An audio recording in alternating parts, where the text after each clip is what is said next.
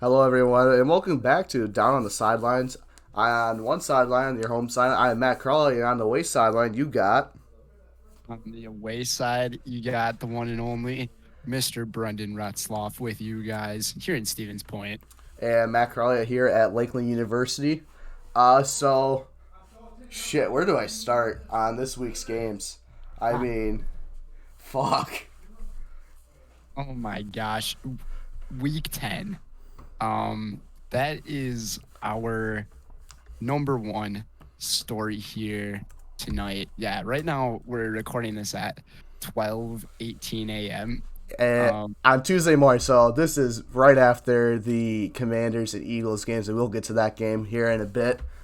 But, shit, Matt, Matt, what? the game of the year went down this past week, and obviously it involves your number one team. Oh, yeah, So I know. I I can't wait know. for us I to know. talk about that game. I can't wait to talk about the Packer game Yeah, your team because won. I We can't even believe it. we were both wrong on those predictions. But no, I'll go over our predictions. I'll pull up the scores here. So at first we had no, not all right.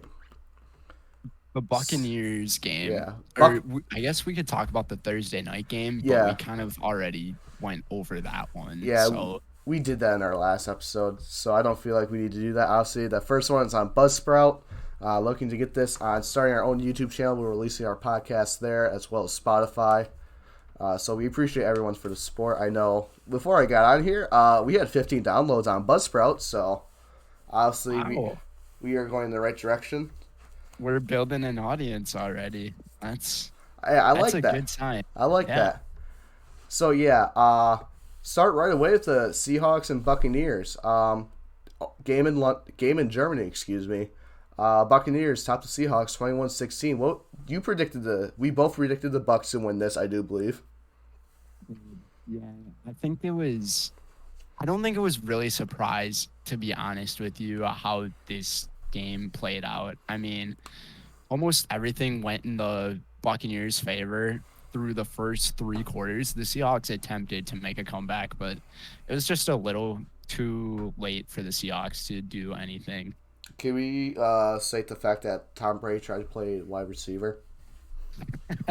And then he fell over, and then the Seahawks player picked it off. Yeah, Tariq Woolen. I think that's how you say his name. He was actually the fifth round draft pick that they got from the Russell Wilson trade with Drew Lock.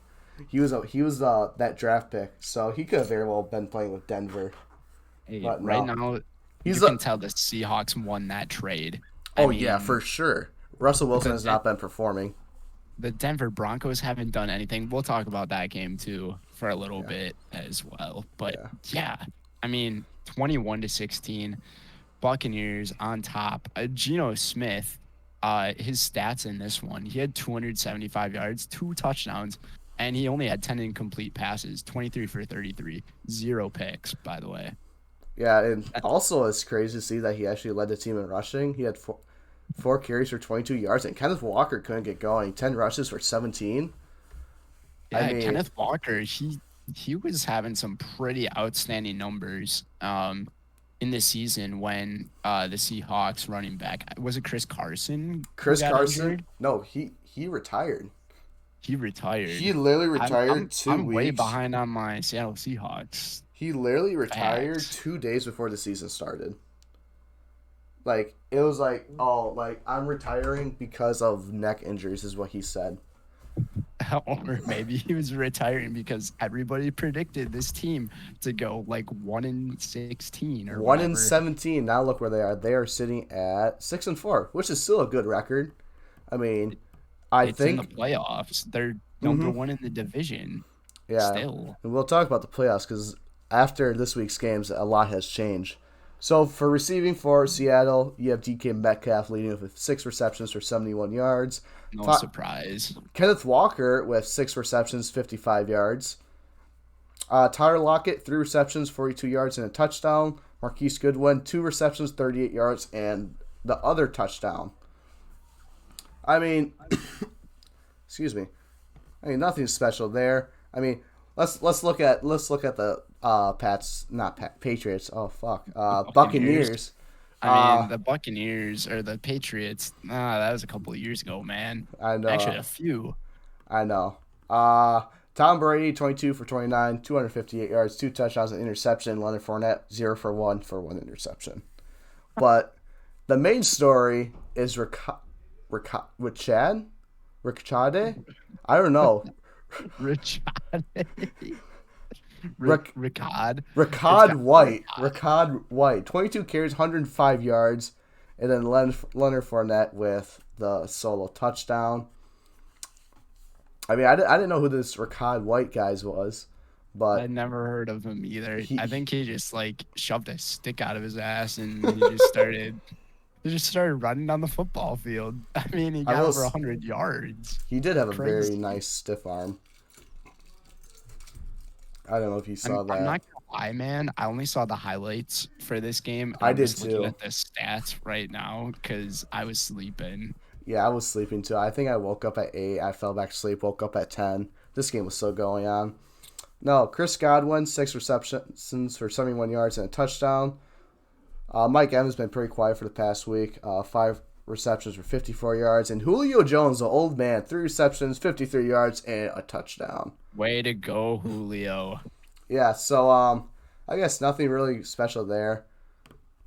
I mean, The only thing that like kind of stands out to me in this stat sheet is obviously the running back, Ricard White. Who's heard of this guy? Like, I haven't. I'm gonna do a little bit of research on him as you can keep talking. All right, well, I was going to go to our next game because, all right, now, we both predicted this game right. I can't remember what we predicted, but Oh, NFC yeah, I don't remember any of the predictions either. no, but I think we got this one right. Detroit travels to Chicago. They beat the Bears 31-30. Called this one, dude. I said it was going to be a high-scoring game, and I said that the Lions would carry their momentum And from they their did. win against the Packers to beat Chicago. To be fair, I'm looking at the score breakdown. Going to halftime, 10-10. Chicago goes up on 14, and then Detroit puts up 21 in the fourth quarter. Kind of looked like my Vikings. Jared Goff, 19 for 26, 236 yards and a touchdown, super quiet. Jamal Williams, 16 carries, 59 yards and a touchdown. Mon-Ra St. Brown, my man, 10 reception, 119 yards. Yes. USC, baby. Yeah, I should have mentioned Brock Wright, tight end. 1 reception for 2 yards for the solo touchdown. Wow. So nothing. Congratulations, Brock White. Yes, sir. So I guess we'll go to the Bears. Justin Fields, 12 for 20, 167 yards, 2 touchdowns, and 1 interception. Not only did he throw for two touchdowns, he had 13 carries, 147 yards, and 2 touchdowns. So he scored 2 on the ground and 2 in the air. Dude is a fucking menace, man. Justin Fields, I don't care what anybody says about this guy. He is the face of the Chicago Bears franchise. I think a lot of people are seeing it. I don't know if you heard Dan Orlovsky's take on Get Up this morning. This is what he said. He said that Justin Fields is in the MVP discussion. I think because What are your thoughts on that? I mean, I can see it because think about Kirk Cousins last year. Tremendous numbers. He was like 30 for 7 touchdown interception ratio. And he was never a part in that MVP discussion. He was in that dark horse candidate because obviously the Vikings record didn't show for it. Because obviously they were losing those 1 possession games last year. Now they're turning that around. But I definitely can see that. But obviously it won't happen because the Bears' record. They are 3-7. I mean, that's not that's not good. So you're saying if you put a player at Justin Fields' level or caliber, or just Justin Fields in general, on a team that has wide receivers, Yeah, we per put him on the se, so- Vikings. We'll if- put him on the Vikings for now because in that draft class, the Vikings were going to draft Justin Fields before the Bears traded it up. Yeah, so if you either gave him like Justin Jefferson, Adam Thielen, or if you gave him Stephon Diggs, Gabe Davis, or even who else is there? Cooper Cup. I mean, I the think he the would be in list the pretty MVP much goes race. on. He would be in the MVP race. I could see that happening, but to say out loud on national TV, I mean, this guy can probably say whatever he wants, to be honest Yeah. with you, because he makes money doing it. Um, to say something to that extent, I would not go that far. I think that's an absolutely absurd take from him. I mean, I don't really care for that many of his takes anyways, but just talking about this one, I don't see Justin Fields being that MVP type of player. Yeah, I know the Bears like they made trades to get Chase Claypool and everything to like kind of upgrade themselves on the receiving stats. Darnell Mooney too. He's stepping it up big time in the receiving position, but I mean, Justin Fields, he does it with his legs. And you see a bunch of like spy defenses get ran on this guy, and he still escapes from them. Like, I know everything that I'm saying right now is really good and seems really helpful to like possibly calling him an MVP candidate. But dude, this team is are they 3-6 now? They're 3-7. They're The three and Lions are three seven. and That's six. even worse. Like you need to have a team that has at least a winning record and almost a team that is like valid to be a Super Bowl contender to have an MVP on your team because the MVP is not just an individual stat. It's about how you do for your team and how your team can respond to how that player is doing. For That's sh- just my personal take. for sure. And also on the receiving end, I know you didn't talk about it. Cole Kmet, their tight end, 4 receptions for 74 yards and 2 touchdowns. I might add. So You got to feel really happy for that guy. I remember a couple of years ago when like his leg shattered that was and like not him. That was someone else. what? That was against the Saints. I thought that was him because I remember them talking about like this guy got his first touchdown in like 2 years, like a few weeks ago, and now he keeps scoring touchdowns every game. Zach Miller. That's who you're thinking of. I remember watching that What on happened to live. Cole Kmet? Wasn't he traded? No, that was Austin Hooper. Never mind. But yeah, you're thinking of Zach Miller. No, but if you don't have anything else, if you don't have anything else to say, we'll go on to our next game. Oh yeah, I was doing research on Ricard White, by the Oh, way. yeah. So I have a little bit of intel on this guy. So he played college football at Nebraska Tyranny, so not like the University of Nebraska. So And then D2 school. yes, and then he transferred to Mount San Antonio College, and then he transferred to Arizona State. And then he got drafted by the Buccaneers in the third round in the 2022 draft. So this guy is a rookie. Yeah, but apparently he won't have enough to make it as offensive rookie of the year or just rookie of the year. I mean, there's quite a bit of time left in the season, but yes, I would agree with you on that. Yeah. Next game. I was wrong in this one. You were right. Dolphins demolished the Browns 39-17. I said that Nick Chubb was going to run over the Dolphins. He clearly did not. Tua, Tua went off 3 touchdowns. He was my QB for fantasy. So I guess we'll start with the Browns stats. Jacoby Brissett, 22 for 35, 212 yards and a touchdown. I mean, nothing special there. Nick Chubb, 11 carries, 63 yards and a touchdown. He also did have a fumble. And then Donovan Peoples-Jones, 5 receptions, 99 yards. And Amari Really Cooper, stupid.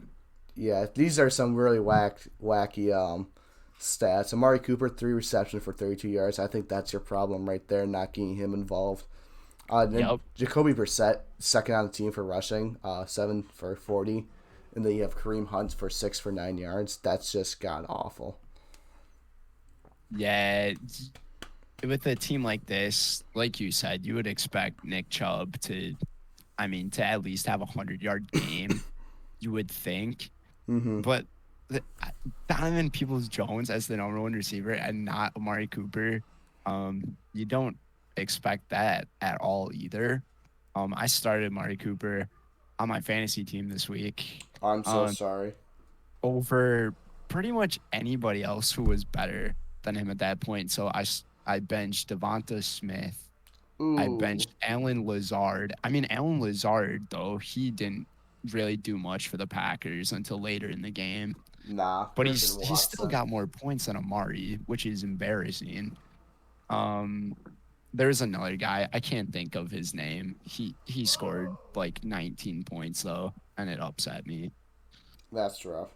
No, no, Brown stats just got awful. It explains why they lost. But for the Dolphins, Tua 25 for 32 yards, 280. Oh, excuse me, 25 for 32, 285 yards, and 3 touchdowns. Very good on the ground as well. Jeffrey Wilson, 17 carries for 119 yards for a touchdown, and Raheem Mostert, 8 carries for 65 yards and a touchdown. And for receiving, you had Jalen Waddle, 4 receptions for 66 yards. Trent Sherfield, 4 receptions, 63 yards and a touchdown. Alec Ingold, Wisconsin native, 4 for 45 yards and a touchdown. And Tyreek Hill, 5 for 44 yards and a touchdown. Overall, I mean, this team is very well rounded. I think that's why I chose them to win in this football game, and they did it in pretty dominant fashion. Like the second half, they kind of just were overwhelming on the Browns and took over. Tua Tagovailoa, they found a great quarterback in him, and I think Jeff Wilson Jr.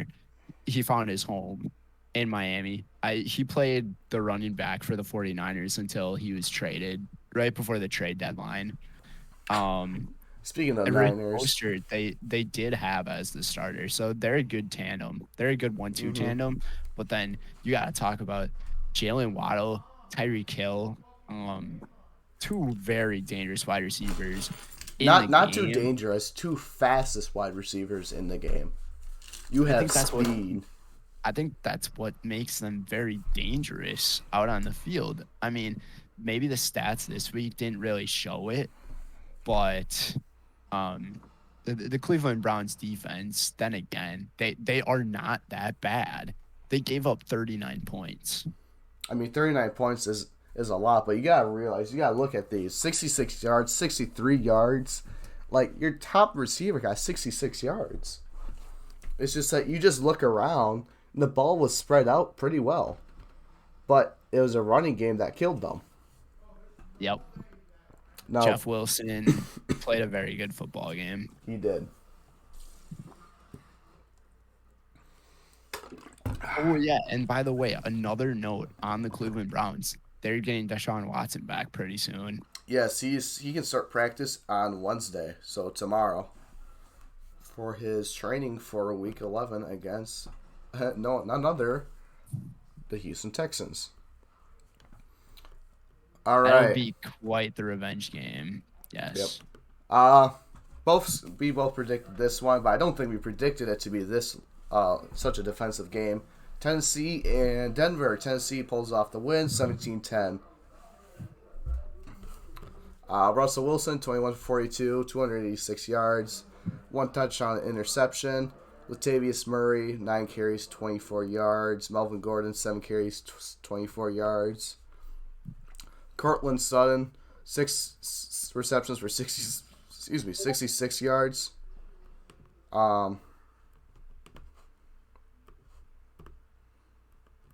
Excuse me. Good Lord. And then for the Titans here, Ryan Tannehill, he returned finally over Thank Malik God. Willis, who, I mean, guy could not throw the football. He's just a runner type of guy. Can I put my opinion to Malik Willis real quick? Go ahead. Great college quarterback. I think he's gonna be that one guy that just can't transition to the NFL, like Christian Ponder. I mean, he kind of did all right, Christian Ponder, but he's gonna be like that guy that can never just transfer into NFL still in his college phase. Didn't this guy come from the XFL or something? Malik Willis? No, he was drafted. He was Ole Miss, I'm pretty sure. He was. I thought there was a quarterback who was out there that Excuse me, came Liberty. from the XFL. That's PJ Walker. Yeah. PJ Walker. I Derek. Yeah. I would say the exact same about PJ Walker too. Yeah. Uh, Tannehill threw for 2 touchdowns. Nick Westbrook had both of them, 5 receptions for 119 yards, so pretty good. I didn't watch this game. I was kind of keeping an And eye on. I I was keeping an eye on it because it got super interesting. So, I but know the game came down to like the final minute. And then Russell Wilson threw an interception or something. yeah, that's why I dropped him as my fantasy quarterback. Too high, And too high of expectations and didn't perform. Broncos country, let's ride Yeah, right. to 3-6. All right. Do you want to go through all the other games? We'll save the game of the year for last. Yes. All So right. the next game that we have on the board here is the Texans and we're Giants. gonna do we'll do the Texans and the Giants. I was gonna say Colts and Raiders, but yeah. That was actually a really good. That was a super good game, as you said. I The shit show games turns out to be one of the best games. Yep, the Tank Bowl games. You gotta love them. Oh, for But sure. yeah, we'll talk about that game later. So the Giants won this one by 8, 24-16 I'm over pretty the sure. not so hot Houston Texans. Pretty sure we both predicted this one. I think we said Saquon was going Yeah, to get super involved, and yeah, he did. He got super. Holy shit! I'm looking at his stats yeah. right now: 35 carries, 152 yards, and a touchdown. And then the number 2 rusher, Daniel Jones, the quarterback. Danny Dimes, baby. Darius Slayton, 3 receptions, 95 yards, 1 touchdown. Kenny Galladay, 0-0-0-0.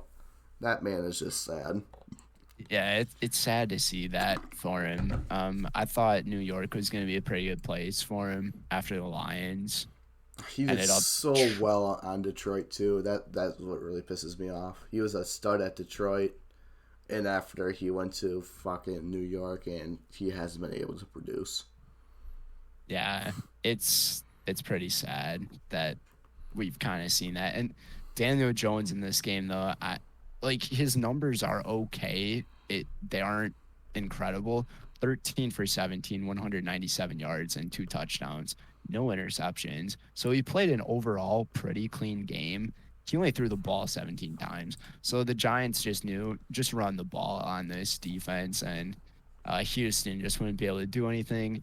And that was pretty darn accurate. This game did get pretty close though. Yeah, I think at one point, Houston, no. Yeah, they were leading at one point. I think they were leading 14-10, but then New York still ended up winning. I mean, not much of a shocker here. New York 7-2 on the year now.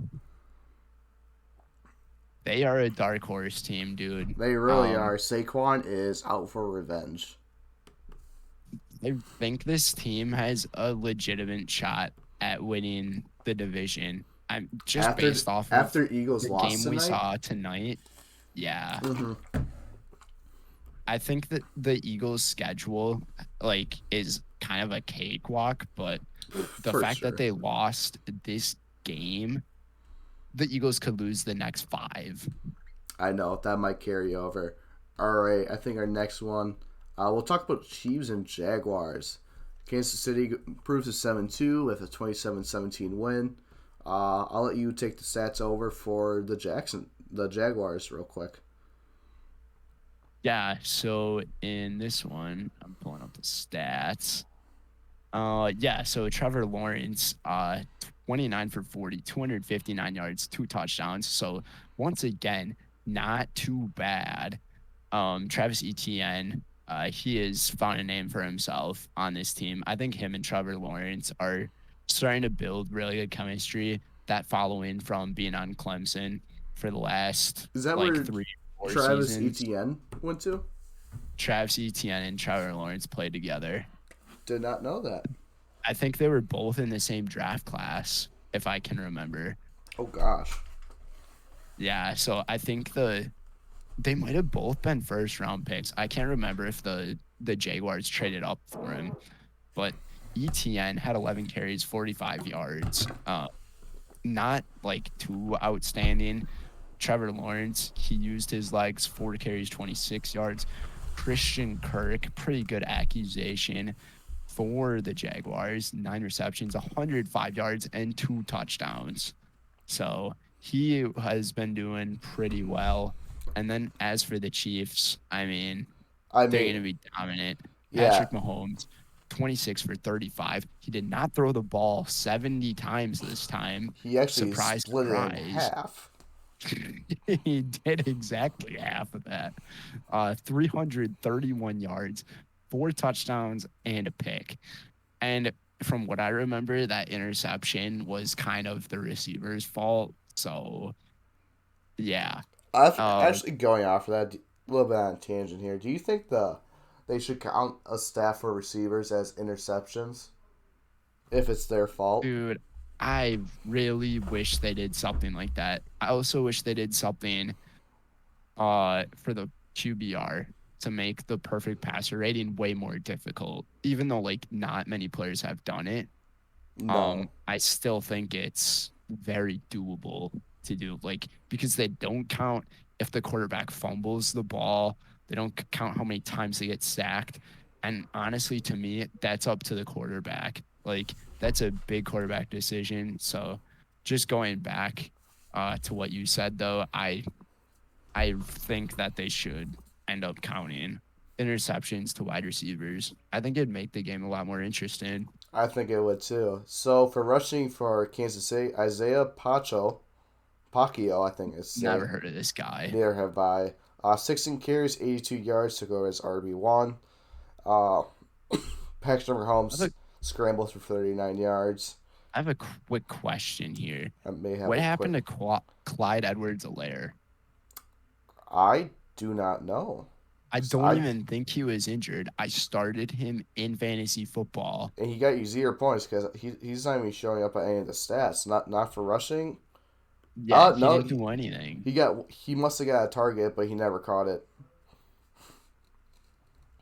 So Yeah, I don't know what happened to the dude. I don't know either.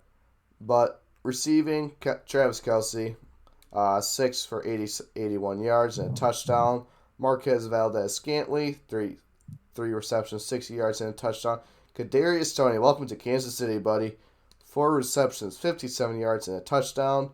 And Noah Gray, 2 receptions, 20 yards and a touchdown. So there are your 4 touchdowns from Mahomes.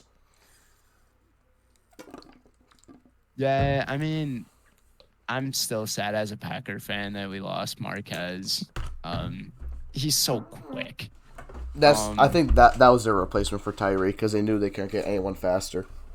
yeah, that definitely was the replacement, and I'm glad for Kadarius Toney. I think that was his first career touchdown. Yeah, By it, the it, it way, was. It was his very first career touchdown, and did not come so by the team that congratulations drafted to him. Kadarius. Yeah. I will But what say, about Juju Smith-Schuster? two Did you see that receptions. injury? Yeah, I was just about to talk about that. Him and Valdez got Scantling both got headhunted by what was it, number 5? Yes, Andre Cisco. He had the pick off of Patrick Yeah, the Mahomes. pick. It Yeah. was both of those were super dirty plays. Obviously, I don't know if you watched the Sunday night game, but there was a 49ers player that got ejected for Oh yeah, I'm gonna have fun talking about that one. that. I have a I have good my take on it. opinions on that. Cisco should have been ejected from the game. I mean, Yeah, there's and just for the nothing game, about he it. should have been ejected. Yes. Yeah. But Chiefs improves to 7-2, take the first seed in the AFC. Jacksonville falls is 3-7. Yeah, I just want to say prayers up to Juju and Marquez because I mean I saw the Juju injury. I don't know what happened to Marquez, but Basically the same thing. Juju's injury looked really bad. I think he It got did not knocked look out fun. cold. Yeah. All right, Saints, Steelers. We didn't know if TJ Watt was going to be back. He came back, and boy, did it make a difference. So I got this I game correct I too. got this one wrong. I picked the Saints. Start off with Saints. Andy Dalton. It's Andy Dalton. 17 for 27, 174 yards. Touchdown, 2 interceptions. They shut down Alvin Kamara. 8 carries, 26 yards. And Basically eight Juwan yards. Johnson, 5 receptions, 44 yards, and a touchdown. Chris Olave got smoked, 3 receptions for 40. Mm-hmm. He got an awful hit. Oh my Dude, gosh. It I was like that forgot this. Cam Chancellor. It was a Cam Chancellor type of hit. Yeah, I remember watching that on the highlights. I watched the highlight reel for the game recap for it, and I saw that play. Dude, that looked really ugly. I It forgot this was. team had Jarvis Landry. Yeah, they traded for him. He's been injured for most of the year, so he's been pretty quiet. Yeah, the Saints overall. I'm not fond of this team one bit. And No. I was surprised that I chose the Steelers in this game. I can't remember the reason why. I remember saying something about TJ Watt in our first episode though. I was Mm-hmm. like, I think this guy's supposed to be back. Like the guy is like the reigning defensive player of the year. He's insane. Yeah. So Steelers, Kenny Pickett, 18 for 30, 199 yards. Um, Najee Harris led the way, just 1 yard shy of his 100 game, 20 carries for 99 yards. Kenny Pickett ran for 51 yards and scored a touchdown. And George Pickens, a man himself, the man that loves to block as a wide receiver, 2 receptions, 23 yards, and a touchdown. Receiving, Deontay Johnson, 4 receptions, 63 yards, who led it. Uh, Nothing else notable. Didn't throw any picks or touchdowns, so pretty quiet on the receiving end. Yeah, in PJ Watt's comeback game, the guy only had 2 tackles. And So two assists. he didn't have any sacks or anything. So still on the wait for that.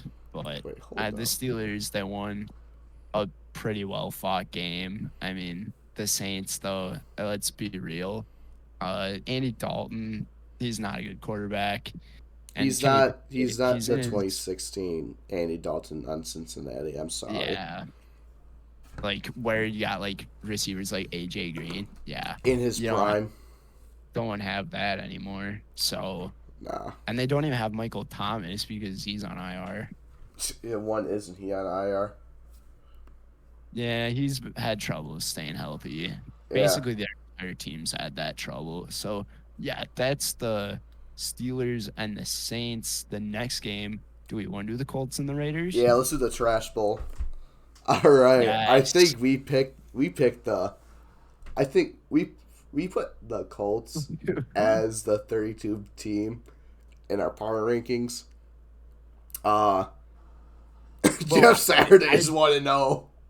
well, I did. I don't know if you put the Colts down at the bottom too with me, but yeah, We'll, dude, we'll go Jeff, over we'll go over our own power rankings after these games. Jeff Saturday, he's a fucking menace. This guy came from ESPN as an analyst guy. You And see then his tweet the about the Colts Raiders? invite him. Do you see his Well, tweets about the Raiders? How the Raiders fucking suck. no. Oh my gosh, look at us. It's just like wow, the Raiders are awful. Jeff Nah, Saturday would do that. The dude is a menace to society. yeah. So Matt Ryan, 21 for 28, pretty good stats, 222 yards and a touchdown. Rushing, Jonathan Taylor came back, and boy, oh boy, Wisconsin, baby. 22 carries, 147 yards, and a touchdown. Let's Oh, not Bucky. let's not mention the fact that Matt Ryan actually had an amazing scramble. Oh my gosh, the 18-yard scramble or whatever it was. It was insane. It was like a 30-yard run. It was 30 yards. Yeah, let me look I it up know the real quick. guy had wheels. Like I could tell he put the Jets on. Like he was wearing his Adidas 39 or yards. Yeezy or whatever. 39 Check yards. out the PF Flyers on that one. 39-yard run, a career long. That is I nuts. also saw he has like a longer run than Joe Mixon, Najee Harris, Jalen Hurts. Like Um, overall in the season, Overall in the season, like that after is that, nuts. that's super nuts. And this man's old. Obviously, didn't start Sam Ellinger, so that might have played a Big factor. tank. Yep. Matty Ice is looking pretty good. Paris Campbell had his touchdown, 7 receptions for 76 yards. But the Raiders, I mean, close game, one score game. Don't get me wrong. Derek Carr, 24 for 38, 248 yards and 2 touchdowns. Josh Jacobs, 21 carries, 78 yards and a touchdown. He's Devontae playing. Adams. I mean, yeah, look at that. That's 13. That's 13.4 fantasy points. That's not too bad as for a running back. That's average. That's 6 receptions for 28 yards. So you're looking at about 22 points, which is kind of good. You're gonna see Devonte Adams at the front of the receiving chart every Yeah, time I see now him. I because see they don't him. have Renfro, they don't have Waller, and those are two pretty important keys for Derek Carr. Did you see how emotional he got after they lost in the press I game? I saw it, but I didn't watch it. I saw like memes about it on NFL hate memes. He was crying. It's that Uh, truly shows like how much he really cares about this team. Dude, Derek Carr. I've seen videos of this guy at like post game conferences and everything. He is one of the most humble dudes in the league. You know he He looks like seriously Sid from is. Toy Story. Oh my gosh! Don't even get me started on people he looks like. All He right. look, yeah, he is Yeah, Sid I don't know if I from Toy mentioned it. Story. Devontae Adams had 126 yards, 9 receptions, and a touchdown. So, Yep, and then Forster Morrow, 3 receptions, 43 yards, and a touchdown. he's their backup tight end, I believe. I do believe so because it says 87. That is a tight end number. So people on fantasy football, he might be a good pickup because Darren Waller, he He's gonna had be some out for a pretty good while. stats, and he's going to be out for quite some time. Yeah, Colts improved to 4-5-1, and the Raiders fall to 2-7. Jeff, Saturday coach of the year. Don't get me Colts started. are the Colts are going to beat the Eagles next week, man. All right, two huge injuries in this game. We'll talk about Cardinals and the Rams. So Colt McCoy came in to replace the injured Kyler Murray, which was not to my knowledge. I think that was a very last minute decision. Yeah, Kyler was listed as day to day. I think he had a hamstring injury that was nagging him throughout the entire week, and I think he just decided to sit it out for this week. So Which is yeah, they probably started smart. Colt McCoy.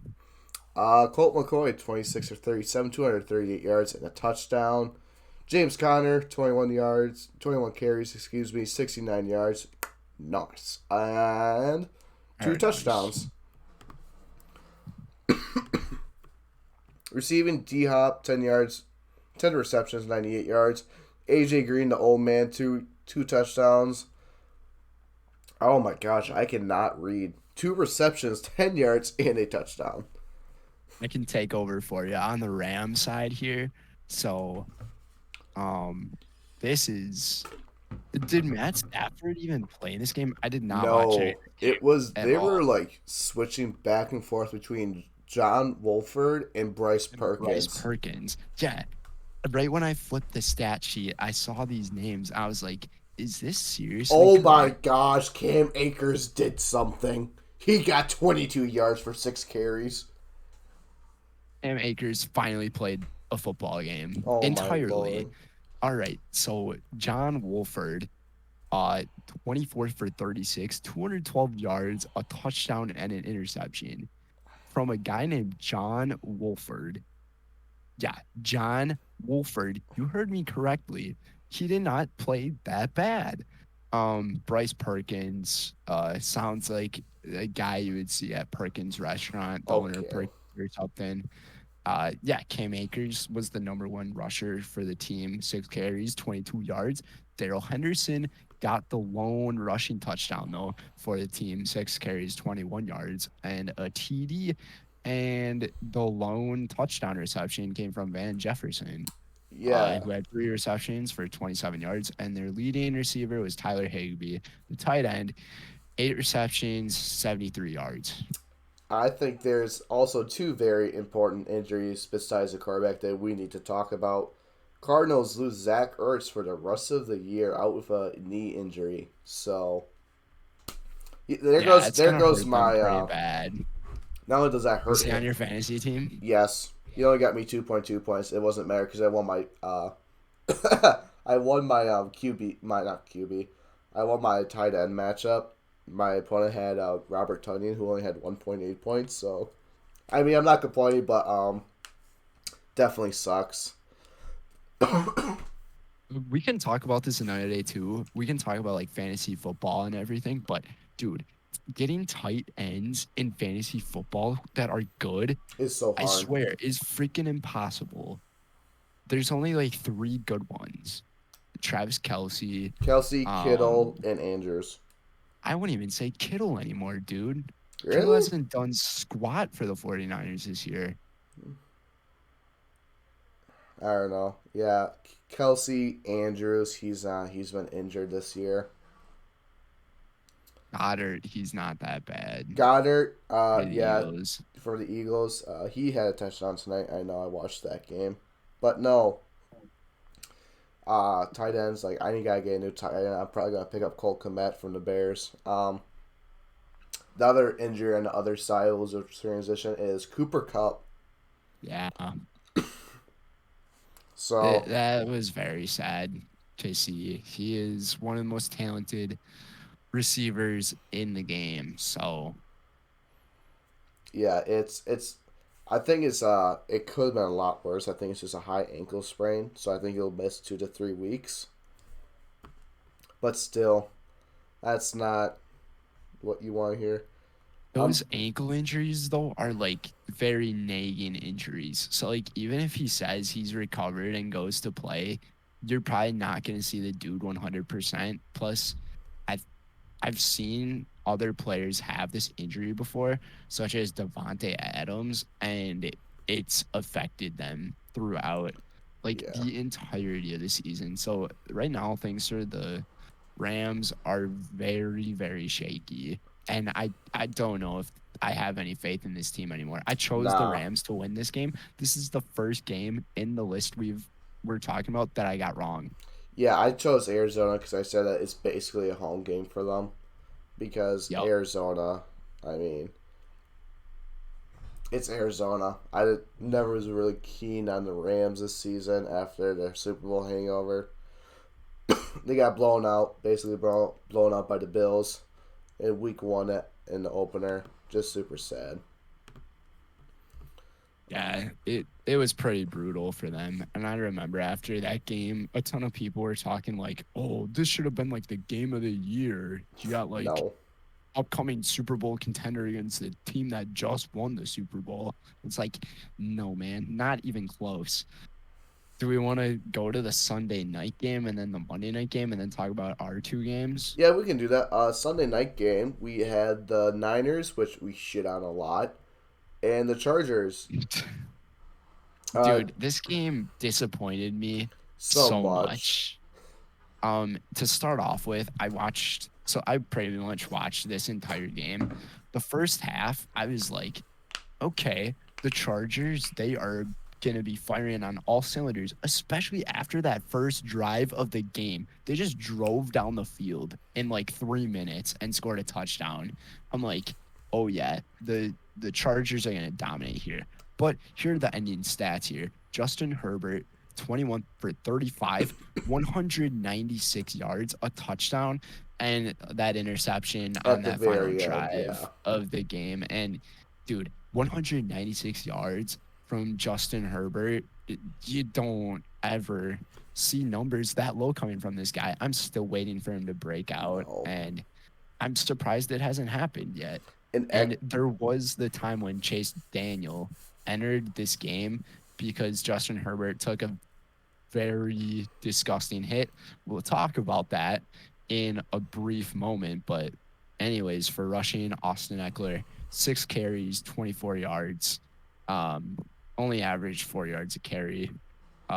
Chargers did not do anything running the ball because the 49ers rushing defense is the best in the league. And receiving, DeAndre Carter, number one in receiving for the team, 4 receptions, 64 yards. And then on the 49ers side, Uh, Jimmy G, 19 for 28, 240 okay, I'm gonna stop yards. you right there. I saw Go this. ahead. This is an insane stat. Jimmy G is 10-2 when he does not throw a touchdown pass. What the fuck? It is the Dude, how weirdest does that make stat. any It's sense? the weirdest stat I've ever seen.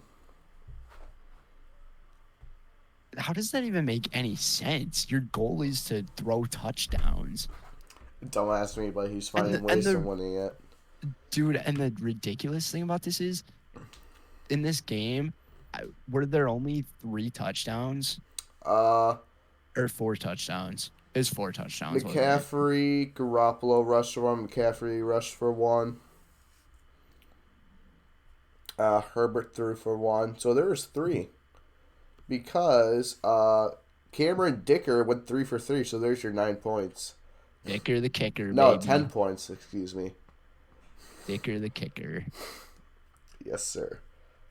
Okay, so for rushing for the 49ers, Elijah Mitchell, he led rushing over Christian McCaffrey in this one, believe it or not. That surprises Getting me. 18 carries for 89 yards, and McCaffrey had 14 for 38. Dude, and not even close of a difference between them. And they had a difference of 4 carries. And then for receiving, Brandon Ayuk, he made a few tremendous catches He did have that in fumble. this game. He did fumble that one. Oh, that is right. He had 84 yards, though. Still a pretty good stat line. I guess Well, we'll talk about that vicious hit that yes, I the already main know. story. So, do you think that he should have been ejected for that? Greenlaw, I 100% think that it should be an ejection. I don't care if it looked like Really? if Really? yes, yes, if it looked like he wasn't even trying to hit him like that. You see hits like this happen in college all the time, and it's a targeting penalty, and the player gets ejected from the game. And I agree with the NFL's safety policy and rules with their safety because recently I saw things in the NFL where you see the hits like that happen. It's only a 15-yard penalty, or they straight up don't even call it because they miss it for some odd reason.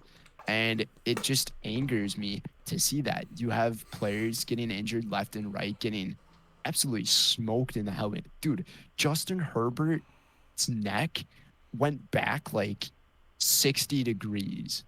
Yeah, Like it wasn't pretty. I'm not even kidding. And then this guy had trouble getting up. That's why they put Chase Daniel in the game. Or actually, didn't the refs tell him to come out of the game Yeah, or the something? refs told him to come out of the game, but I think it shouldn't have been an ejection. Really? No, I thought yes, you can throw the 15 yards on him, but I didn't think it was his. Like you go back to the targeting.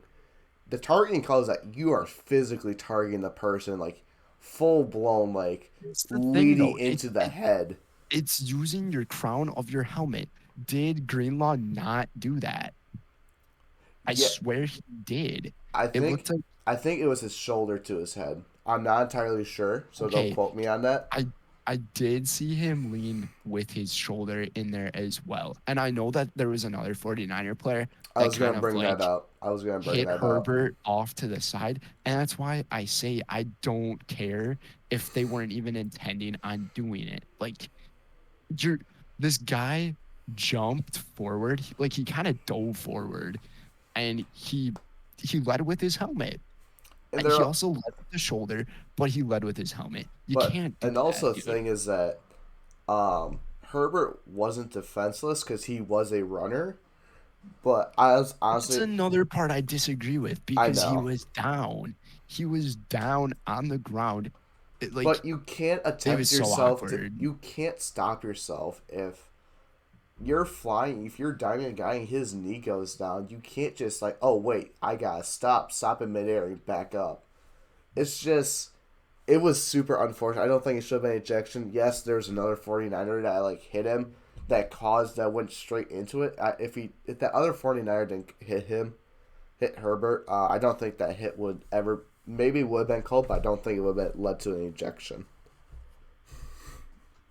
I don't know, dude. Like, yeah, I do think that the other 49er players hit at the end of the play caused that to happen because I mean, it looked like Greenlaw was like kind of going off to the side, which is where I can see you saying that he led with his shoulder, but he hit him in the helmet with the helmet. And you can't do that. Like in No, college, they're going to call it targeting every single time. They're going to review it. And like, after further review, it's targeting. The player is disqualified from the game. So I like what the NFL is doing now, where they kind of try to inquisite more targeting penalties. I think targeting is necessary. It's a big safety issue in the game. So yeah. But moving on, San Fran improves to 5-4, and Los Angeles drops to 5-4. So even records there. All right, Monday Night Football. yes, Who said that? Who said it? Who said it? Who said it? The motherfucking Commanders beat the undefeated Eagles. they were undefeated. Not anymore, dude. I can't even explain this game. I was watching the highlights many times I at was the end watching this game. I was on watching it the whole Sports time. Center. Yeah, I had my freaking class from 6 to like 9 p.m. So I That's missed the rough. entire first half of the game. Dude, it is fucking rough. And I'm signed up for the same class again next semester. Like Oh, not are the you? same Oh, exact I was like, are class. you failing it? No, I'm not, I'm not failing. Newsflash, people, Brendan is not failing his classes. Bryden's He's actually really fucking smart. sometimes we'll say that. I've Anyways, I've definitely made some dumb decisions, but dude, you fucking called it. I don't even know how, the point cause differential was 12 points. dude, I like said that, you know what? I want to see the Eagles lose so we can prove that they're frauds, and they lost to the Commanders. I'm just like, I'm this is a game that they are frauds. I'm glad that they lost this game though. Oh, Like everyone, they can get off their little high horse. It's it's nice to see this team lose, but I mean, as a Packer fan, I did not want the Commanders to win because it just brings them further ahead in the wild card race. Um, but I wanted to see the Eagles lose, so at that point, oh I did yeah, not really care, and I'm yeah. glad. So Taylor Heineke went 17 for 29, 211 yards and an interception. Brian Robinson 26 carries, 86 yards and a touchdown. Antonio Gibson 14 yards, 44 yards and a touchdown. Terry McLaurin led the night with eight receptions and 128 yards. Uh, Receiving night for Derek him. Forster had a pick off of Herbert. And yeah, Um, they did score a last off of minute. Hurts. Yeah, they I'm did. correcting you. Oh yes, excuse me. Off of Hurts. It technically it would have ended 26-21 because it was supposed to be a hook and ladder thing. It was Devonta Smith trying to throw it back, and he threw it straight into the end zone to The a guy was Commanders. tackling him as he was throwing it I mean, back. he had to. What else were you supposed to do? The game's on the line. Take your chance. You take Yeah. you took your chance. You rolled the die, I think there and was a go ahead. Yeah, yeah, go he ahead. he was getting smothered, so he just threw it. He threw it right to a Commanders player who just literally on the goal line. He recovered it, stepped in, touchdown, end of game. They win 32-21. So I will say that Jalen Hurts. Let's see his stats. You want to take over the Eagles? Yeah. Um Before I talk about the Eagles, I think there was a really big play towards the end of this game. Oh And I'm yes, I'm I gonna guess we'll forgot. talk about it later. It was where Taylor Heineke uh like went down with like I can't remember how much time was left in Oh the yes, game. I know. You think that's It was this controversial call? was it less? Yeah, I can't believe that they threw a penalty flag on I'll that hit. explain why, because I know why they did it. Oh, I know why they threw it too, because he was clearly down for like 2 seconds, and then Brandon Graham decides to hit him. He's Like, like, "Fuck you, pop." it is the most idiotic play I've seen in a long time. Like, you're about to get the ball back, and it's like third down and 14 or something. Yeah, it was like, And, yeah, it was third down, 14. and then he goes, and then Heineke goes down intentionally to like keep the clock running or whatever with like a minute and a half left or something like that. Mm-hmm. And then uh, Brandon Graham decides to be a freaking dumbass and hit him for no reason. The dude was already down. But Yeah. anyways, about the Eagles, after that tangent, Jalen Hurts, 17 for 26 for 175 yards, 2 touchdowns, and the interception.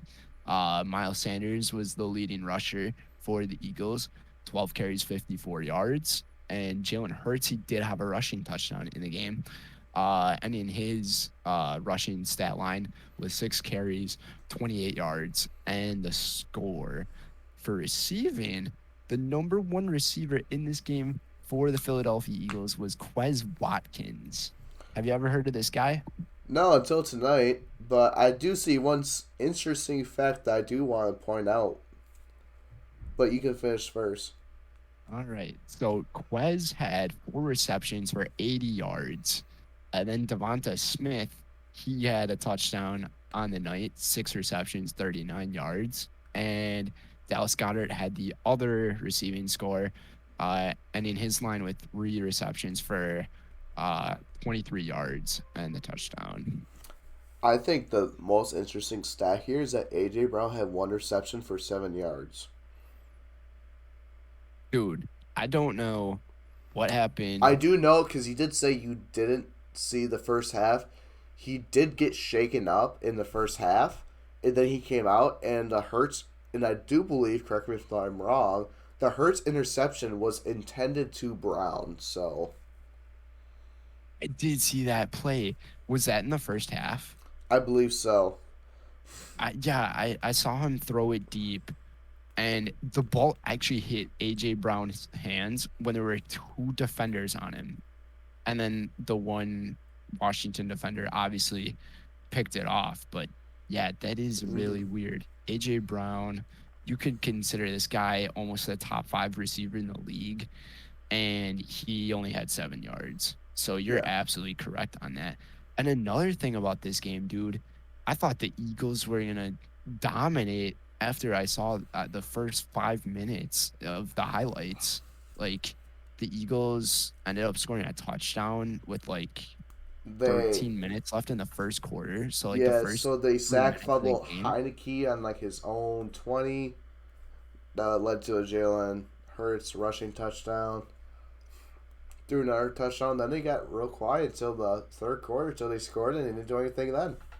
Yeah, the Washington Commanders, they had a lot of fight in them. They brought the dogs with them. That's for They sure. did. So Eagles fall. They fall to 8-1. You'll So love to see it. you really do, and the Commanders improved to 500 at 5-5. All right, we'll talk about our games now. Yes, I'll sir. lead you. We'll start with the Packers. We'll save the game of the year for last. I'll go over the Cowboys stats for you. Packers an overtime thriller win 31-28. Dak Prescott, did, he didn't have a very good game. 27-46, 265 yards, 3 touchdowns, 2 interceptions. Dallas fans, you'll say he had a good game, but where his interceptions were not good, because those interceptions would have been into touchdowns because they're both red zone, in end zone and red zone uh, picks. Was the second or no, was the second one in the red zone? I don't think it was. I think it was, but I do know Jonathan Ford made a name for himself. Rudy Ford. It was Yeah, Rudy Ford, Rudy dude. Ford. Yes, sir. Tony Pollard led the way, 22 carries, 115 yards, and a touchdown. CD Lamb had a good game. Bro, they were saying that CD Lamb was a top player for top wide receiver this week. Absolute bullshit.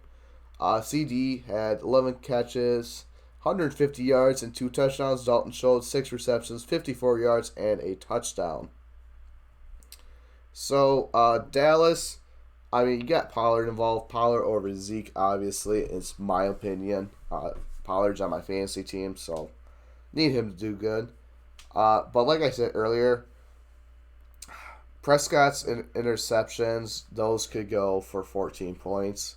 So really, you would be looking at 42-28. But that didn't happen, did it? No, I also saw that the last 16 starts that Rodgers has played against the Cowboys, he's 15-1. Yep. The Rodgers owns the Dallas Cowboys, dude. Did you see Lil Wayne's tweet after the game? Yeah, where he's like, change my He's mind. like, oh shit, I didn't realize he could play like that. I'm a fool. Yeah. I'll let you take over your Green Bay Packers. Their stat line. Let's go. The season is saved, Matt. No, it's not. Um, yeah, it is. You're 4-6. Yeah, 4-6.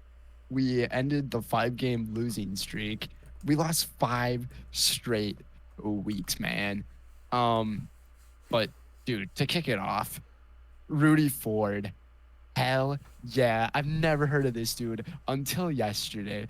And this guy freaking saved our ass on defense. Also, by the way, Christian Watson, this guy, he finally made a return, and I hope he can keep it up because the Packers need a wide receiver to do that. Christian Watson, 4 receptions, 107 yards, and not 1, not 2, but 3 touchdowns. Like, let's fucking go. I will And say then, this about that. I think that's a one-game wonder. That's all I'm saying. all right, Mr. Not Optimistic, I guess. Big Vikings fan out I was here super doing his optimistic during that game. Vikings take. But Aaron Rodgers, he only threw the ball 20 times. 14 Oh were shit! actually completions, 224 yards, and the 3 touchdowns. Christian Watson, he could have had 4 touchdowns. There was one play in the game where Rodgers threw it deep down the field, and Christian Watson lost it just in the air.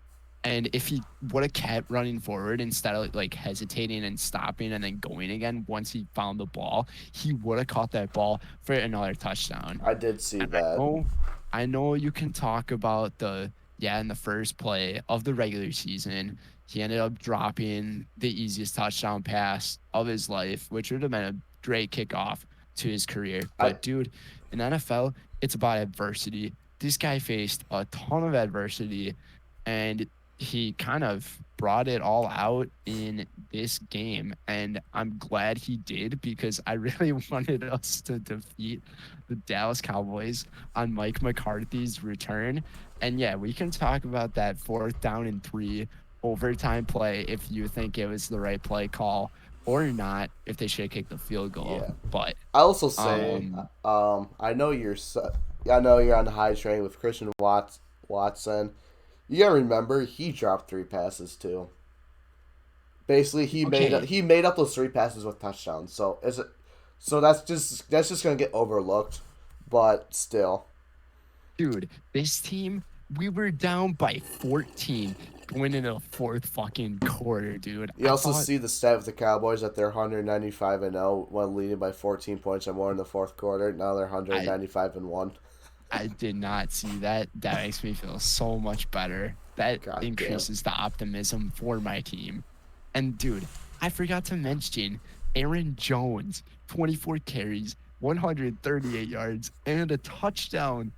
This team ran all over the Cowboys. Then A.J. Dillon, he had 65 yards on 13 carries, which, boom, right there, that tandem, over 200 rushing yards combined. I think that was the key for the Packers in this game, was to run the ball and not let the pass rush from the Cowboys end up screwing Aaron Rodgers because I swear to God, They kept Rodgers Parsons gets in sacked check. almost every time I see him try to attempt to throw the ball.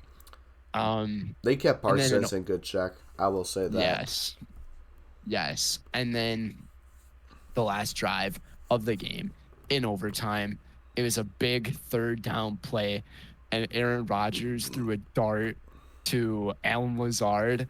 And he just like turned on the Jets and he got down to like the 20-yard line. And I got so fucking Yeah, hyped. and then that quick slant. It was, I think the defender fell, but still.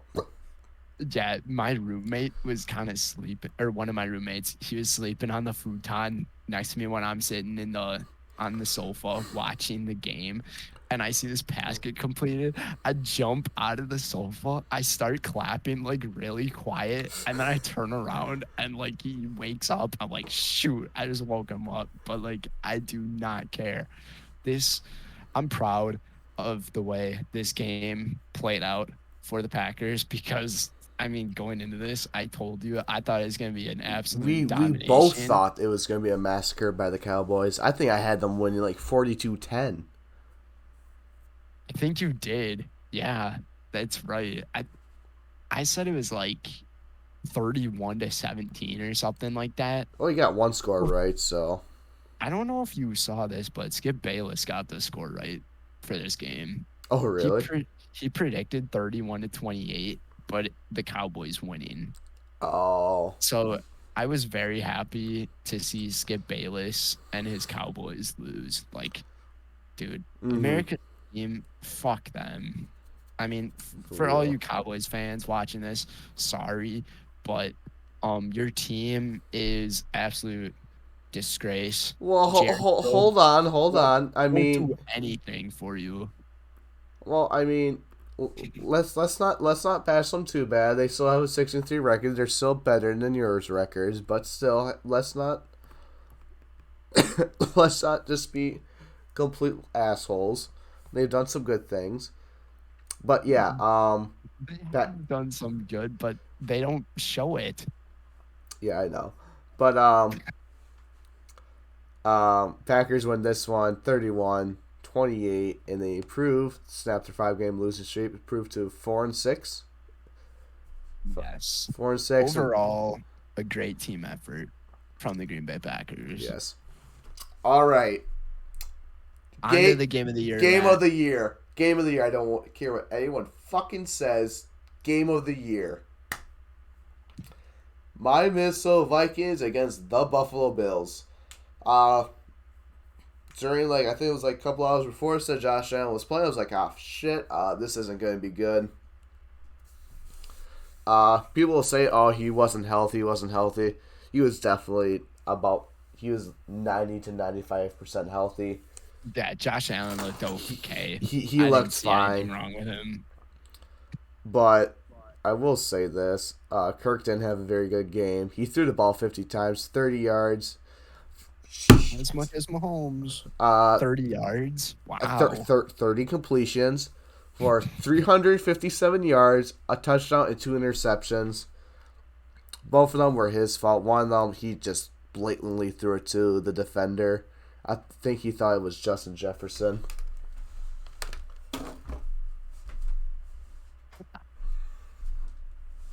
He's going to think everybody's Justin Jefferson at this freaking point. But go ahead. Um, Yeah, another one was kind of he tried to go throw over Trey Edmonds to KJ Osborne, and it kind of just let him and put it too high, so it wasn't that good. Rushing though, Dalvin Cook 14 carries, 119 yards, and a touchdown on that 81 yarder in the third quarter. Absolute turn the tide of the momentum. Kirk Cousins That one was 24-10. 27-10. It was 27-10 at We that were time. down by 17 points. Oh shit! I thought you guys were only down by 14. Going You're right. Yep. going into the fourth, we were. Yeah. Just like Um, the Packers. Yep. yeah. So he had 81 touchdowns. Kirk Cousins, 6 carries, 12 yards. He had a very crucial third down one that got him inside the 5-yard line. CJ Ham, our good old fullback, 1 carry, 3 yards and a touchdown. Such a fucking good name. CJ Ham. Hammy boy. Yeah, like instead of the turkey on Thanksgiving, give me the ham, dude. I'm a they ham guy. they will be playing on Thanksgiving night against the Patriots. That's gonna be scary. Oh wow. Is that in Minnesota? It's in Minnesota, and we're gonna get primetime Kirk Cousins. I'm super scared because it should be a game that we should win. I'm gonna guess you guys are still gonna win that game. But dude, the Patriots defense, they're kind of scary. They are. Matthew Judon's an absolute monster. KJ Osborne for rushing 1 for 2 yards. It was a crucial because it was a fourth and 1 play. It was a end around, well, jet sweep. So super good. We got that. Ridiculous plays in this game, dude. All right. Justin Jefferson for receiving 10 receptions, 193 yards and a touchdown. That's fucking insane. Career high for him for 193 yards on my fantasy team. Insane. Thielen. Dude, Yeah. Continue. the dude has proven to be the best receiver in the NFL. And it's not even close anymore. No, I think they won the trade off with the Diggs trade. That this game kind of showed it. I really think they did. Justin Jefferson is a talent you're never gonna come by. Like this dude, if you think about the previous Minnesota Vikings teams, the closest man you could compare is Randy Moss. And he has now beaten OBJ and Randy Moss for the quickest 100-yard games. He has 20 and they had 19. Speaking of OBJ and Randy Moss, they've made some pretty fantastic catches. We'll talk about Justin after catch in a bit. Thielen, he was pretty slow, 5 catches, 49 yards. CJ Hawkinson, 7 receptions, 45 yards, getting him involved. Osborne, 4 receptions, 37. Delvin Cook, not too much. Defense, the biggest one, Patrick Peterson with those 2 interceptions. That's huge, and we'll go over to the Bills stats real quick. Josh Allen, 29-43, 330 yards, a touchdown, 2 interceptions. His elbow did not have any problems. No, I mean, he just made some bad decisions, like especially the last throw of the game. Bad decision, but yeah. Yes. Josh Allen led in rushing, believe it or not. 84 yards, 6 carries, 14 no touchdowns. Singletary was looking super scary in the beginning of the game. 13 carries. Oh my god, dude. Yeah, he did. I was against Singletary in fantasy football. Same here. And I was getting terrified because he never does that. No. 13 carries, 47 yards, and 2 touchdowns. After those first 2 drives, they just shut him down. Receiving, Stephon Diggs, 12 receptions, 128 yards. Gabe Davis, 5 catches, even though it says 6. 6 catches for 93 yards and a touchdown. I'll give my input on that. But you want to talk about the Jefferson catch or the Gabe controversial catch? Well, it's not controversial, but let's talk about the it's not really controversial because NFL did come out and say it wasn't incompletion. Basically, that's what led them to that field goal. I saw him diving on the side. Like, once again, I did not see the end of this game. I watched the game recap, though, and in the game recap, they did not really pay close attention to that catch at the end, but did he not get his second foot down, or did he have both of his feet down, but he just didn't maintain He possession? didn't maintain possession. He got his feet down beautifully, but when he came to the ground, he let the ball go, and you can clearly see it. It's just like floating in between his hands and his chest. And then when he hits the ground, he regains possession of it, and they called it a completion. And Bills did what they're supposed to do. They ran Not the hurry. ball right They away. snapped the ball. They couldn't review it. Yeah, I think that's the reason why that I did not get to see much out of that play because it just wasn't reviewed. So if the play was reviewed 100%, that it would have been an incomplete pass. But you also would have to think that would have changed the entire like perspective of the game because Mm-hmm. there's not that much time left on the clock. What down was that too on that catch? I think it was Was a it first or second down. a first down? Like the Bills could have had thoughts about like scoring a touchdown Yeah. instead if that is incomplete because they would have been in Hail Mary territory. Mm-hmm. But So yeah, the perspective would have changed. But dude, this game was absolutely incredible. And your Vikings defense keeps like we're I a fourth don't want quarter to team. say That's all I gotta getting say. lucky.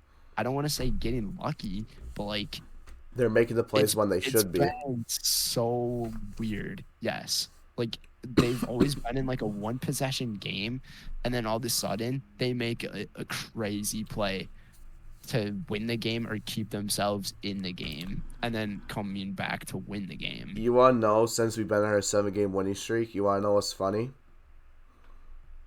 What's funny, Matt? All the games in those past weeks, we've won, and we've been trailing going to the fourth quarter in each single one of them. You guys have been trailing in each of the last seven. Yeah, we were trailing by 10 against Buffalo. We were trailing by 1 by Chicago. We were trailing by 3-3. I can't remember all of them, but there's two tens with this one, and I think it was Detroit. Yeah, we were losing by 10 by Detroit because we went to 24-10 at Yo, halftime. that's right. Ended up beating them. You guys had that close one in London against the Yep. Saints. Double I doink. still can't believe that game. Double doink.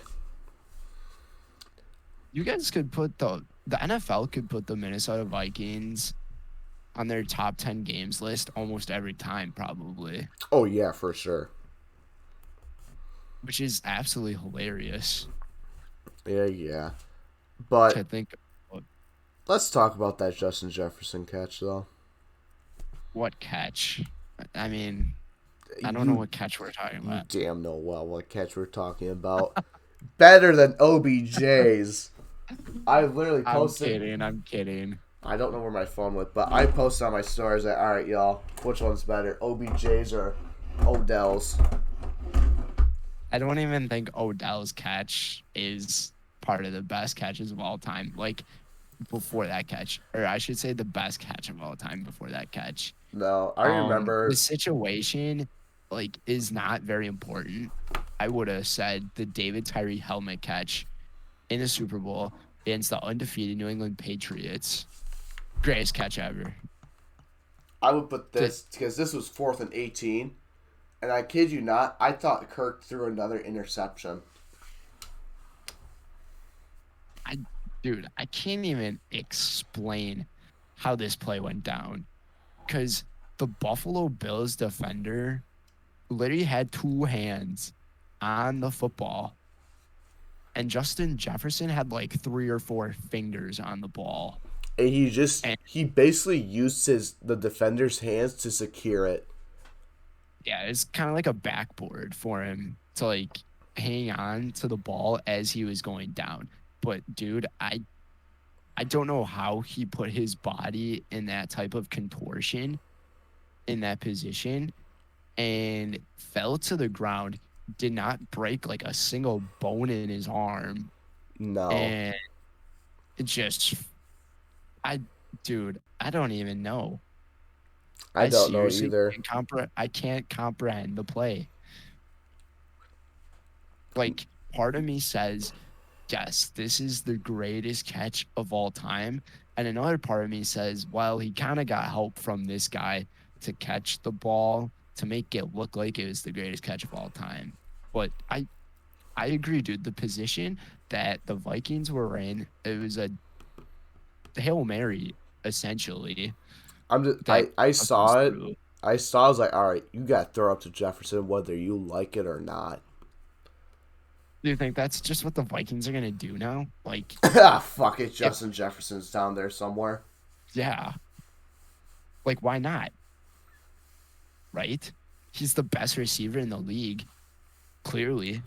Yeah, his route running is amazing, but you gotta get other people involved, and that's what they've been super good at doing is getting everyone involved.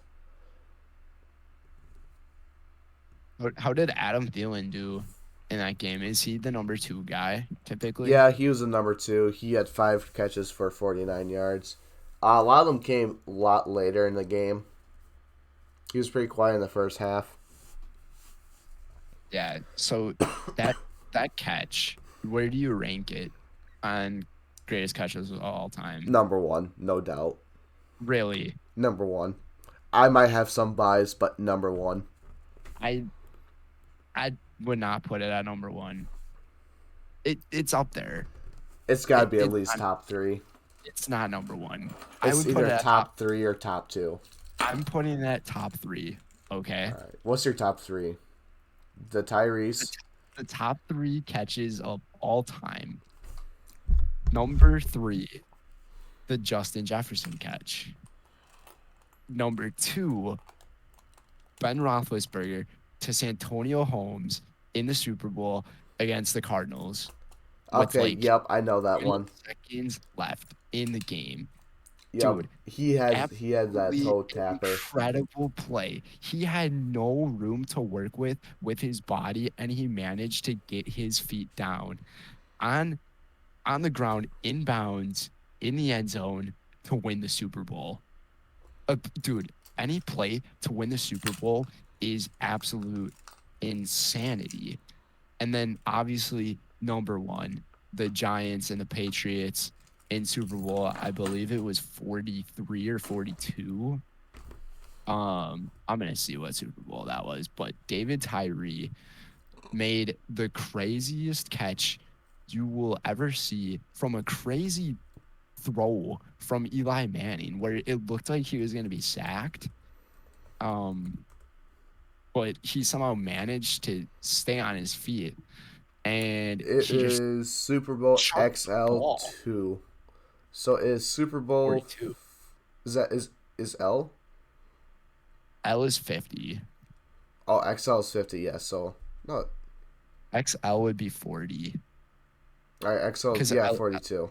Roman numerals are really weird. I know But X is 10, but dude, it's if weird. you just if you just look at how he caught this ball and then how he fell to the ground and the ball did not move, and he also had I can't think of the defender's name, but he works for ESPN. That guy works for ESPN on him. Oh really? I can't wait. Hold on, Was that the hold on, guy hold who on. works on ESPN? I'm looking Who's at. Harrison? Oh yeah, he works for NBC. Oh, it's NBC. Yeah, Sunday Night Football. I know who you're talking about. Robbie Harrison. Yes, yes, Okay, Rodney Harrison. so I'm looking through Yep, the news at ESPN, CBS Sports.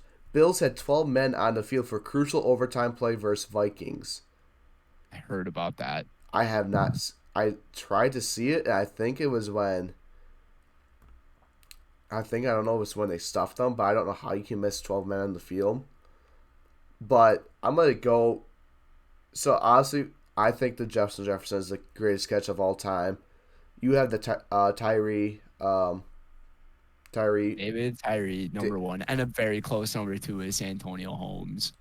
If you watch that Santonio Holmes catch, it it Oh yeah. truly brings tears to your eyes.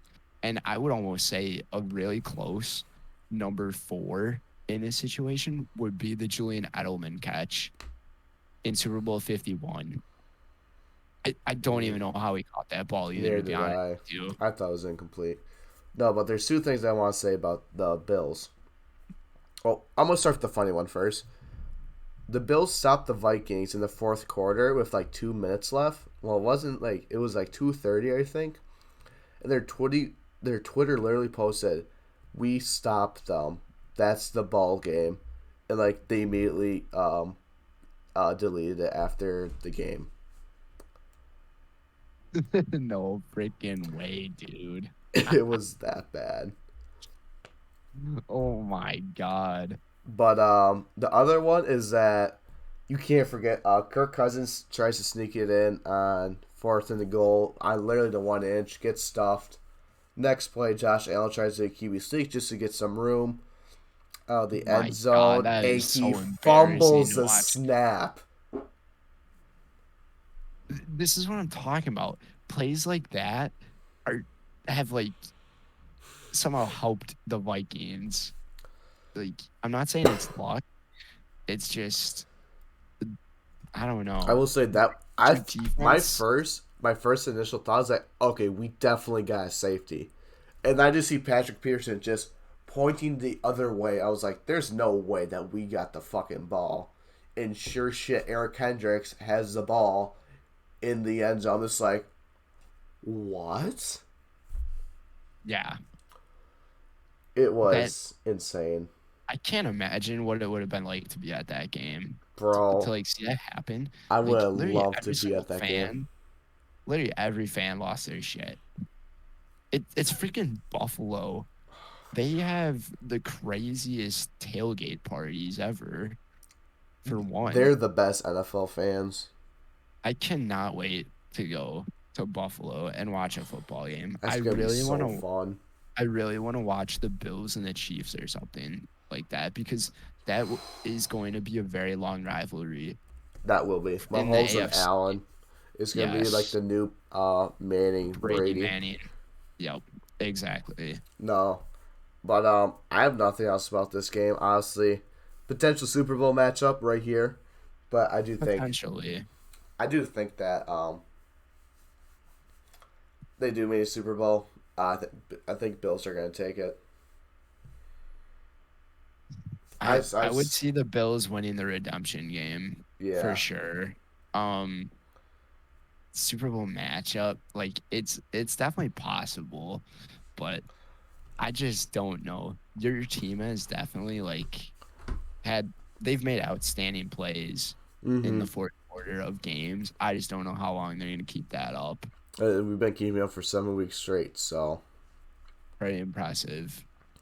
But so yeah, obviously, Minnesota wins that one game of the year, 33-30. Improves for tie with the best record in NFL, 8-1, and the Bills dropped to 6-3. Moving on, so uh, yeah, I got a question for you, Matt. I have one answer. All right, so here's what I'm gonna ask. If what are the takeaways from week 10, you think? Like the biggest takeaways? Uh, Cousins needs to realize that. Shit. Biggest takeaways. I just feel like needs to know his awareness a little bit more because obviously you can't throw. One of the interceptions was just blatantly obvious that it was his fault. And the other one is like he was just trying to throw it over a defender's head and just overthrew his receiver. um, I know the first half Jefferson was kind of quiet in the first quarter. You gotta get him going, get him involved early. That's how we've been winning games. You gotta get the run game going because if you get the run game going, you get the play action set up, and that's when you can take your big shots. Defense, I don't really know. Um, That your defense somehow makes crazy plays in the fourth yeah, quarter Patrick Peterson, or he overtime. had two end zone interceptions that saved us the game. Uh, don't give me a fucking heart attack each week. My heart can't handle that. Mm, That's literally the life of a Wisconsin sports fan, dude. It's heart attacks every freaking year. I was gonna say same here, but defense. I once everyone knows what type of coverage we're playing, it's shell coverage, so super easy to figure out. It's just lots of zone because we don't have the experience at corners. Cam Dancer was out, and Dalvin Tomlinson were out, but those are my takeaways from the game. But other than a good game, Cousins didn't have the best stats. I mean, 2 interceptions never looks good. But You yeah, guys won with Kirk Cousins not playing great. yeah. Even though he did, even though he is a new nightmare, he didn't play the greatest. I even admit I was like, okay, he is not playing good today, and we're still somehow winning. Yeah,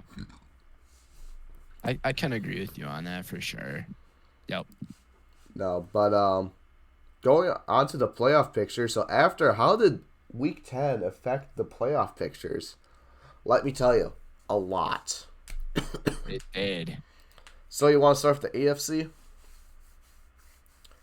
Yeah, we can go through the AFC now. I'm coughing. Great. I know I've been coughing this whole podcast as well.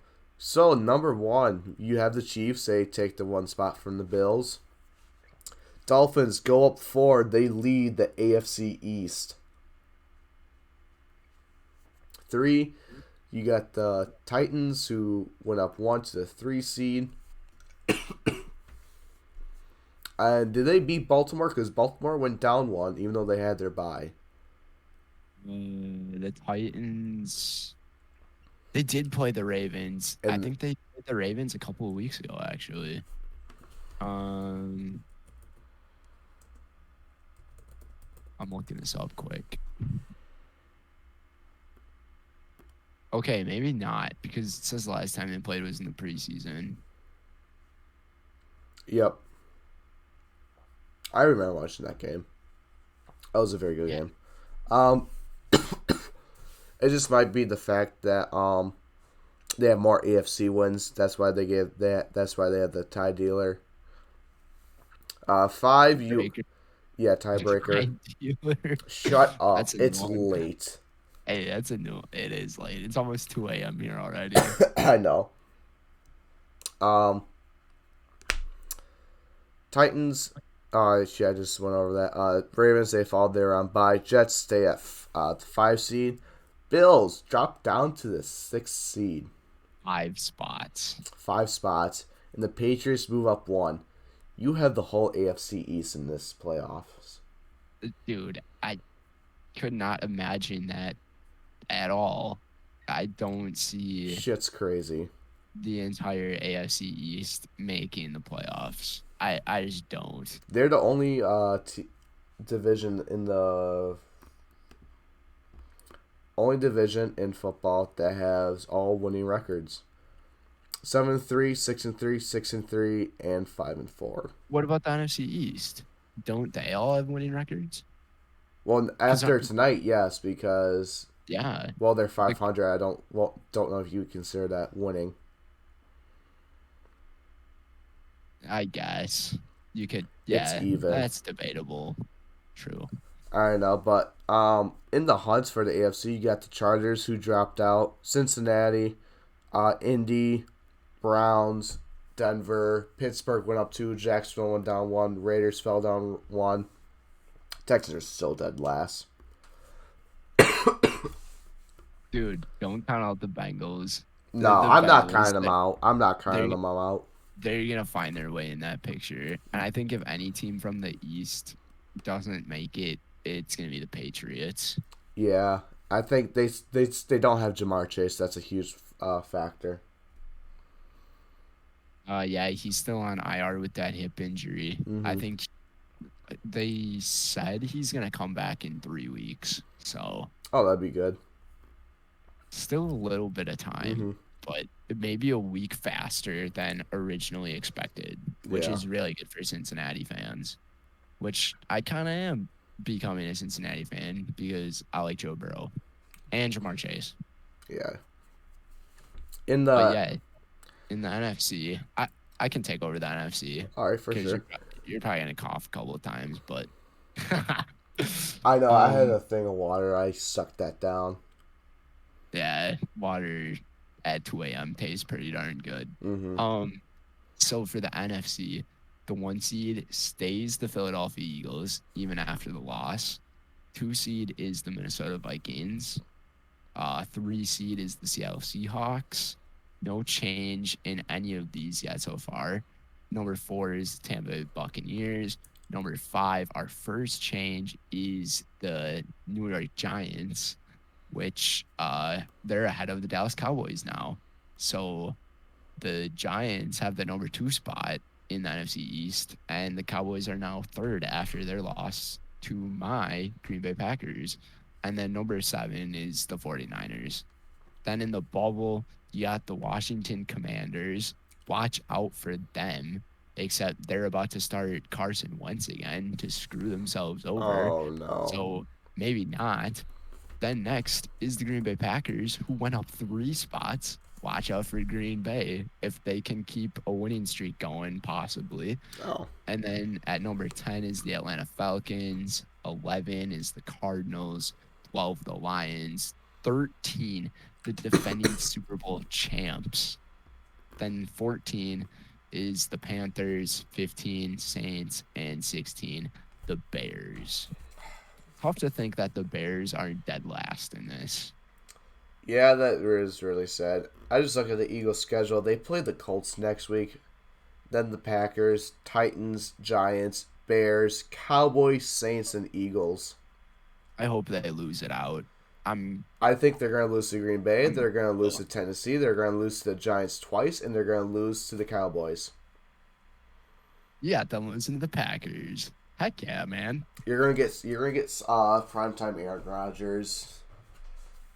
So Is that a Sunday night game? it is a Sunday night game. Oh damn. Yeah.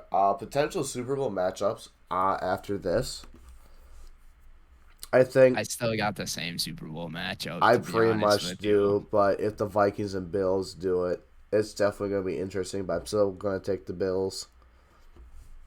I'd take the Chiefs. But nothing really changed in NFC for playoff order. You get the 2 and the 7, which Vikings and the Niners. 3 and 6, Seahawks will take on the Cowboys. Then the Buccaneers will take on the Giants. For AFC, you got the Dolphins who would take on the Patriots, so another divisional game.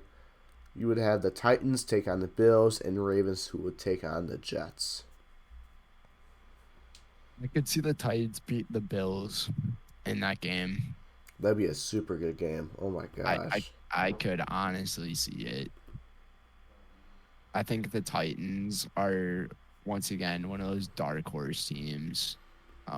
They've always been pretty scary to watch for like the last couple of years because they've made it to the divisional round. Or didn't they make it to the AFC Championship game a few years ago as well? That was last year, yeah, against the Chiefs, because that's when That was they. no, that wasn't last No, that year. was divisional. It was 2 years ago. It was when they had the Chiefs in the championship. Yep. So I would not be surprised if we see him if the matchup between the Bills and the Titans happens and the Titans win. I just think they would dominate that matchup. I think so too. I think healthier Josh Allen. I think now you sit him for a week, see what happens. And another thing about the playoffs is like if you're that 1 seed and you like clearly win your division, you sometimes sit out your quarterback earlier or just other starters earlier. And I really think that can end up screwing you over, Oh as we yeah, saw for sure. last year. The Packers did it and it absolutely screwed them. Well, your special teams just really sucked during that game. Our special teams have sucked for the past 14 years. All right, fair enough. So we kind of had it coming, and it sucked to see that it happened in a playoff game. But that's the past. Yeah. But No, I think that's all for today's episode. Honestly, we will be Matchups on the next episode. matchups for next episode. As I always, probably be releasing that Wednesday. We'll probably release this one later today, probably somewhere around noon Central Time. Hopefully, I'm up by then because it's 2 a.m. Bro, I guess 8 a.m. What are you doing on a podcast Because at I 2 love this a.m.? shit. This shit is super fun, though. I 100% agree. I Mom, love doing mom, this. mom, I'm just going to say this. Don't worry. I'm alright. I have a B in the class. It's alright. You scared the shit out of me when you said that because I'm listening through my headphones and your voice like completely changed when you got close to your mic. And I kind of like jumped out of my seat. You're like, oh shit. Yes. I was like, oh shit. Yeah, No. but I love doing this stuff. I mean, I stay up late anyways, so like Yeah, you I'm don't used go to to bed this. till 2 o'clock from what you told us. Yeah, sometimes a little later than 2, Oh but my god. that's why I wake up at like 11 a.m. every single day. I mean, I guess you're getting your 8 hours of sleep. I miss so much of the day though. Like I kind of need to change things up. You really do. Listening, if you can put any comments down in anything, if you've gotten this far, and if you have, thank you so much for listening to us. But anyways, in the comments, put down what time you go to bed and what time you wake up. And also And put down there whether is, if the Jefferson catch was the best catch in NFL history. it's not. Oh, shut up. No, It's like but we'll go goodness, over. Yeah, I'm a little cranky, but we will go over the power rankings once they get released. Game predictions, and we might switch it up. We might do receiver rankings, running back rankings, or possibly QB rankings.